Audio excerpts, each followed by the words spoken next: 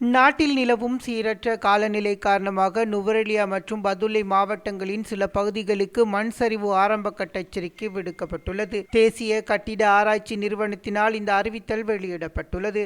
அதன்படி நுவரெலியா மாவட்டம் வலப்பனை மற்றும் நில்தண்டஹின் ஆகிய பகுதிகளில் 2ஆம் கட்ட நிலைமை மண் சரிவு எச்சரிக்கை விடுக்கப்பட்டுள்ளது. அத்தோடு பதுளை மாவட்டத்தின் மிஹிகா கிவுல மற்றும் கந்தகெட்டி ஆகிய பகுதிகளுக்கும், நுவரெலியா மாவட்டத்தின் ஹங்குராங்கெத்த மற்றும் மதுரட் ஆகிய பகுதிகளுக்கு முதலாம் நிலை மண்சரிவு எச்சரிக்கையும் விடுக்கப்பட்டுள்ளது.